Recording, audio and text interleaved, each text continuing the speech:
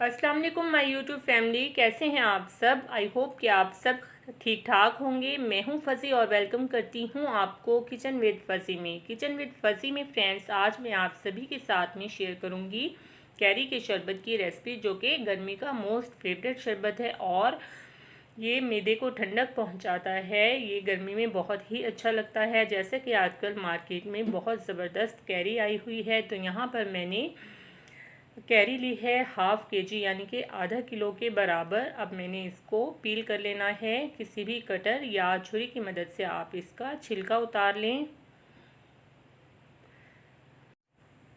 तो यहाँ पर मैं सभी कैरी का छिलका उतार चुकी हूँ। अब इनको छोटे छोटे पीसेस में हमें कट कर लेना है। तो यहाँ पर मैं इसे छोटे छोटे पीसेस में कट कर लूँगी और इसके सेंटर में जो गुठली है वो निकाल देंगे। चलें जी, यहाँ पर मैं कैरी को कट कर चुकी हूँ। अब इसमें मैं ऐड करूँगी पुदीना। यहाँ पर मैंने 8 से 10 पत्ते लिए हैं पुदीने के। पुदीना हमारी सेहत के लिए बहुत ही अच्छा है। ये हमारी जल्द को निखारता है और हमारे मैदे के लिए भी बहुत अच्छा है। ये मैदे को ठंडक पहुँचाता है। तो धोकर इसमें मैंने पुदीना ऐड कर दिया है। अब मैंने लिया है एक जूसर ब्लेंडर वाला जग और ये कैरी मैं उसमें ऐड कर दूँगी। कैरी ऐड करने के बाद बाकी इंग्रेडिएंट्स ऐड करेंगे। यहाँ पर मैंने चीनी ली है 1 कप के बराबर। आप कम या ज़्यादा यूज़ कर सकते हैं। तो अब मैं इसमें ऐड करूँगी काला नमक, हाफ़ टी स्पून के बराबर। काला नमक इसमें बहुत ही अच्छा टेस्ट देता है। अब इसमें मैंने ऐड किया है हाफ़ टी स्पून के बराबर ही ज़ीरा पाउडर और 1 चुटकी यहाँ पर मैंने ग्रीन फूड कलर ऐड किया है। ये ऑप्शनल है, अगर आप चाहें तो ऐड कर दें वरना स्किप कर दें, ये उसके बगैर भी अच्छा लगता है। अब मैं इसमें ऐड करूँगी 1 नींबू का रस। नींबू सिर्फ खटास के लिए नहीं होता, बल्कि ये आपके जिस्म में चर्बी को कम करता है, आपको वेट लॉस में मदद देता है। तो आपने इसमें 1 लेमन भी ऐड करना है।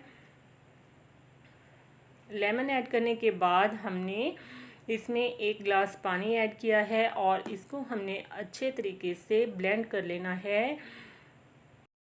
यस, यहाँ मैंने इसे अच्छे से ग्राइंड कर लिया है। अब मैंने ली है एक छलनी और इसे हमने छान कर ही इसका शरबत बनाना है। गूदे के साथ इसका शरबत बिल्कुल अच्छा नहीं बनेगा, तो आपने भी किसी भी छलनी की मदद से इसको पहले अच्छे से छान लेना है।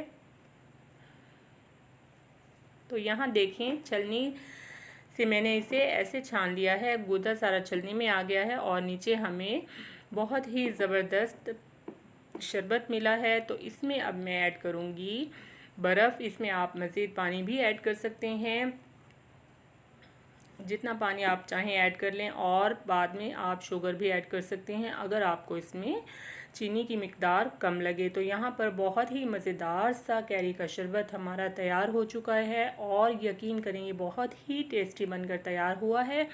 अब इसे हम करेंगे डिश आउट, सर्व करेंगे। इसे मैंने एक सर्विंग जग में ऐड कर दिया है।